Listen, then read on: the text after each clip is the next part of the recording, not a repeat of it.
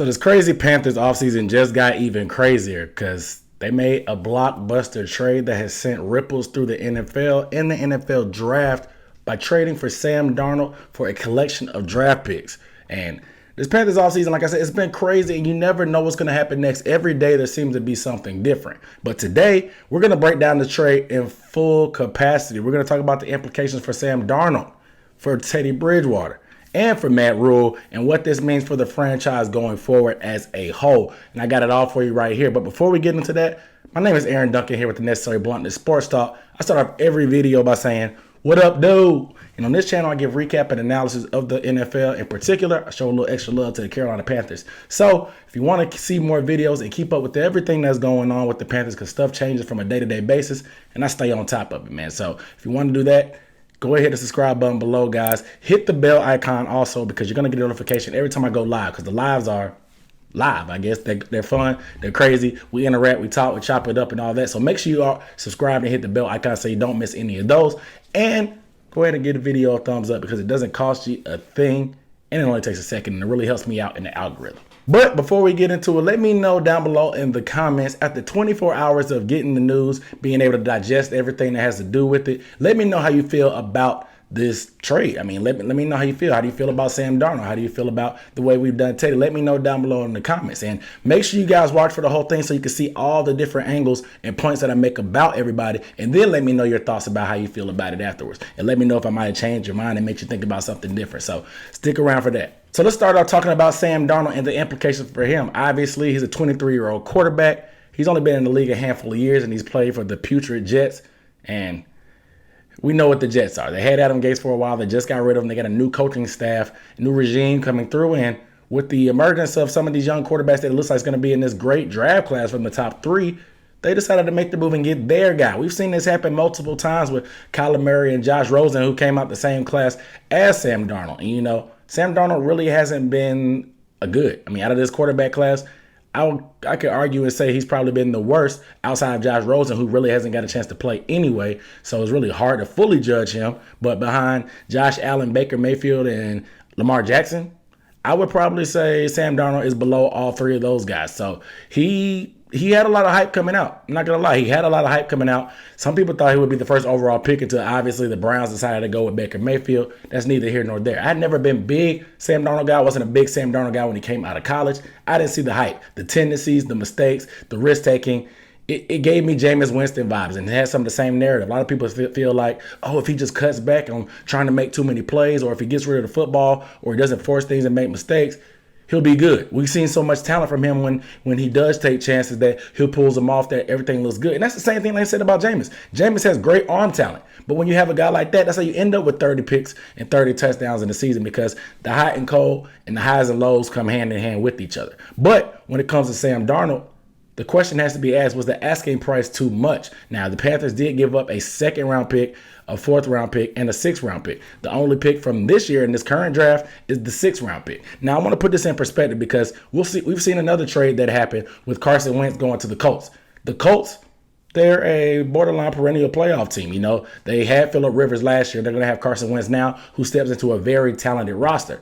Carson Wentz is a former MVP, and what they did, they traded a third-round pick and a conditional second-round pick. Now, conditional second-round pick, if Carson Wentz has a certain amount of playing time that he meets, it'll turn into a first-round pick. However, with the Colts being such a talented team, that first-round pick is pretty much worthless for any legit teams, because teams like the Rams, they never pick in the first round because they know that they're going for championships, and they don't really worry about having to drafting guys all the time, because there may be one or two pieces away year in and year out. So they don't put as much work on it when you're a playoff team like the Colts. So for a team like the Panthers to give up that much draft capital for an unproven guy, it seems like a lot. You know, it's 3 picks. Granted, like I said, it's only a sixth this year, then a second and a fourth. But people have been barking on how precious these picks are. And if you're going to give them up, I would have rather given them up for a guy like Deshaun Watson, obviously. Maybe Matthew Stafford, who is an established vet. Or maybe even a guy that we see how talented they are coming out of the draft with Justin Fields. Granted, they all would be unproven, but I feel like we have the book on Sam Darnold. We have the book on Sam Darnold. Some people feel like Adam Gase was to blame. in New York for him. But if you look at some of the tape, he did make some mistakes too. It's not all just Sam Darnold being victimized by what's going on. There's a lot of bonehead plays. If you go back to the Colts game this year, he threw in 2 inexplicable pick sixes that really didn't make sense. And sometimes with his mechanics and his vision, you don't know what he's seeing. And he also has the infamous, I'm out there seeing ghosts quote when he was mic'd up against the Patriots. That was one of the best Patriots defenses of all time, but you don't want your quarterback to be the laughing stock because they're saying that he's seeing ghosts and things are happening too fast for him. He's not processing. That's not a good look. So what will happen with him when he comes to this Panthers organization? Some people feel like they can turn it around because we saw what happened when Ryan Tannehill got out of Miami and went to Tennessee. However, it took Ryan Tannehill 8 seasons to actually become a competent cornerback. That, granted, only 2 of those 8 years were with Tennessee when he turned it around, but you get the gist. We don't have that much time to wait for somebody just to be a competent quarterback. And plus, is that even enough to get the Panthers to a Super Bowl? If that's not a move that you could think the guy like Sam Darnold can get you to a Super Bowl, what are you even doing? Because how much better is he from Teddy Bridgewater? Right now, you're banking on upside. Right now, you know what you're going to get from Teddy Bridgewater. Now, you kind of know what you're going to get from Sam, but you're hoping you can get a little bit more because of the upside. And hitching your wagon to upside can be troublesome. But let's go ahead and get into talk about Teddy Bridgewater and the implications for him. So with Teddy Bridgewater, man, puts him in a tough spot. And look, I've never been a Teddy fan. I wasn't a fan of the move. People tried to convince us last year in the same scenario when we acquired Teddy that he was going to be the answer. We need to give him a chance. He showed good good games with the Saints. He had a rapport with Joe Brady. But the other side, like me, was saying this dude only has 14 career passing touchdowns, even when playing with the MVP and Adrian Peterson when he was in Minnesota. So for him to only have 15 was pretty much what we expected. We knew what to expect. It was the coaching staff. It was the franchise. It was some of the fan base that tried to convince us that our eyes were lying to us and that Teddy Bridgewater was something else that he really wasn't. And I'm a little upset that maybe this is the same thing that's happened with Sam Darnold because a lot of people are trying to convince us that Sam has a chance. He's only 23. The Jets were bad. This and that. He can be better. We didn't give up much, but a lot of that stuff is blind faith that I'm actually tired of doing because Teddy Bridgewater, I want him out of here like the next guy, but the way they're doing him is wrong.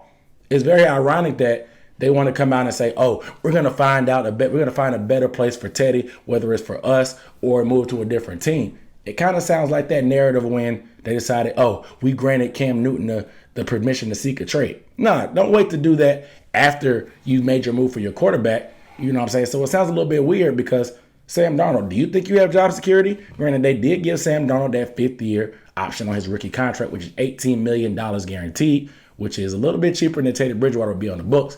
However, for 2 more years, Sam Darnold is the guy, at least. And should he feel secure in his spot? No, because they did Cam Newton dirty after publicly going out in the media and saying that you were excited to be playing with him, according to Matt Rhule. Teddy Bridgewater, you did the same thing. You talked about you lauded on how Teddy you wanted him ever since you became a quarterback when you met him at a bowl game in New Orleans, and he has this rapport with Joe Brady, and that everything's going to be great. Teddy has what it takes to elevate these guys, and then quickly things change. And basically, after getting rid of a guy you signed to a 3-year contract after 1 year, you're admitting that you messed up. You're admitting that you messed up. I want them to just go out and say it and take accountability. They're admitting that they messed up. Now, to me, where does Teddy go? What value does he have now? Because once everybody found out you were shopping him around anyway, you were so desperate to get Deshaun Watson, so desperate to get Matthew Stafford, and that he was part of these deals that you were trying to make, his trade value went down because they know you were trying to get rid of him. So teams don't want to give you as much. Now that they know you have another answer at quarterback, the trade value is pretty much in the toilet. You probably went from being able to get a 3rd for Teddy or a 4th to now probably getting a 5th maybe, and maybe a little bit more if you find a team that needs a starter. So you're really in a bad position because if you cut Teddy, you're still on the books with paying him some good guaranteed money. You know, granted, most of that dead money is gone after this year, but you're in between the rock and the hard place. And the fear that I think that most of this fan base has is we're in quarterback purgatory. We don't really have somebody to get excited about. We don't have a young quarterback because we have a middle line quarterbacks every time that have question marks. But granted, the weapons are there for him to succeed. However, there's still too many unknowns and questions. We don't have any answers. So if you don't have answers at quarterback, you're in quarterback purgatory. So that's kind of where we are. What do we get from Teddy? What do we get from him right now? I don't know. Will he stay on the roster? How will he take that? They've been bashing him pretty much in the media with these trade offers and he can't be happy about it. So we'll see if he's that professional guy. And I think this is the reason they kind of brought him in, because Teddy's always been a nice guy. So they know they can treat him dirty. They would do, if they did something like this to Cam Newton, you saw Cam outed them on social media saying that this was all on them and he never wanted to trade. So Teddy Bridgewater, one of the guys, is ever going to do that. So it is what it is at this point. The coaching staff kind of has done Teddy dirty because they know he's a nice guy, and we see what happens to nice guys. But last but not least, let's talk about the implications for Matt Rhule and Scott Fitterer and David Tepper, the franchise, the head honcho. Because Matt Rhule, this is your program. You got the 7-year contract. You got to pick the GM of your choice that you can work with. You got to pick Joe Brady, who was a questionable move because of his lack of experience. And now you handpicked Teddy. That already blew up in your face. Now you have egg on your face. And now you're going to Sam Darnold. You know, in these last few years, David Tepper has a losing record as an owner. He has a losing record as an owner. And I don't think he takes that pretty well. I think he got into this billionaire boys club as an NFL owner to be successful. Yes, he likes Matt Rhule because he's process oriented and he says this Rome wasn't built in a day. But if a second quarterback blows up in your face after you had to walk out and lie to the fan base saying that Cam Newton was your guy, then you brought another guy that was supposed to replace him and he flopped, and now you're replacing your guy that flopped after 1 year when you signed him to a 3-year deal when he had nothing proven. Now you replace him with another guy who's unproven, that's going to need to develop. You're hitching your wagon and attaching yourself at the hip to Sam Darnold, a guy who said he was seeing ghosts, a guy who has shaky decision-making at times and shaky footwork. Granted, you're trying to rescue him from the dumps, but what have you proven as a coach that shows that you can turn water into wine, or turn chicken salad from chicken doo-doo? Well, what have you proven? What has Joe Brady done as a guru that everybody thinks he is to take guys from that down in the dumps to making him a great quarterback? Not saying that it can't happen, but what audacity do these guys have? Because they targeted Dwayne Haskins earlier. They were going to try to do the same thing. They were trying to rescue and get the most out of Dwayne Haskins, whose career is pretty much over. So the audacity and the balls that this coaching staff has to be able to think they have the confidence to make this happen versus being aggressive and going to get the guy that you really want. And for the fact that they were the only person interested in Sam Darnold and they ended up giving 3 picks, according to Ian Rappaport, the Panthers were the only and the best offer. It just wasn't good enough for the Jets, so they kept inching the offer up, and then adding that second-round pick finally ended up putting them over the top. And that sucks because had we got Sam Darnold for a 4 and a 6, I probably wouldn't have felt bad about it. But having to add a second on top of that when you were bidding against yourself, it sounds stupid and it sounds desperate. Were you that desperate really to get rid of Teddy Bridgewater that you needed to bet against yourself and put 3 picks in there for Sam Darnold, an unproven quarterback who possibly has some meat left on the bones because of the upside of what we think he can do once he gets rid of Adam Gase? But you're still in the world of hurt because I don't think David Tepper will let Matt Rhule survive if these next 2 seasons aren't turned around. The defense is turning around and getting better. Offense has weapons. Hopefully we can get an offensive lineman in the draft. All you needed was this quarterback to probably much get right and to fill in some holes in the secondary, maybe at corner, and then get some linemen. So you're not too many pieces away. So David Tepper is going to be expecting some kind of progress or turnaround. And it just sucks because we've been in this weird position. We won against the Washington football team. It was a playoff team, and they talked about building this winning culture, and we're not in the business to lose. I get it. Players aren't going to. But you have to feel stupid because losing to the Washington football team puts you at the number 3 pick. You're either getting Zach Wilson or Justin Fields without giving up any draft capital. You get to let them be mentored by Teddy Bridgewater, and you got your quarterback for the next forever. But now here we are because these guys are pushing certain narratives. They're trying to convince us of certain things that's going on. They want us to believe them and have blind faith because of what he built at Temple or what he built at Baylor. You know, and I'm done with the blind faith. I've never really had the blind faith. I'm a guy that wants to respect is given. I'm not just giving respect. It has to be earned.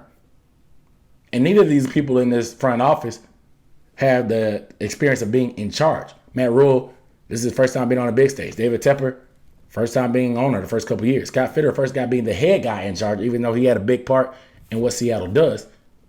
So who's calling the shots around here? Because this is like a Matt Rhule move to me. Because they tried to blame Marty Herney for being the guy that got rid of Cam Newton. They used Marty Herney for an extra year for no reason. They should have got the new GM last year. But they wanted to use Marty Hurney as a buffer to get rid of Cam Newton and say that decision was on Cam. That way Matt Rhule and Tepper didn't take all the slack. Then they put Teddy Bridgewater out there saying that this is our guy, this is our guy, this is our guy. Matt Rhule wanted to work with him after seeing him 3 years ago at a bowl game. They had a good chemistry because Teddy's such a nice guy. He says the right things. Then we put him with Joe Brady. Whose decision is that? Did you still want to blame Marty Hurney for that? Because he's out of there now. And for you to get rid of him after 1 year, it makes me feel like, okay, this is all on Matt Rhule. There's no hiding from it now. And there's no hiding from anything. Because this is it. Believe me, this is it. And it doesn't work out over these next 2 years, some heads will roll. I mean, I'm surprised. I won't be surprised if Joe Brady's out of here by next year anyway, gets the head coaching job.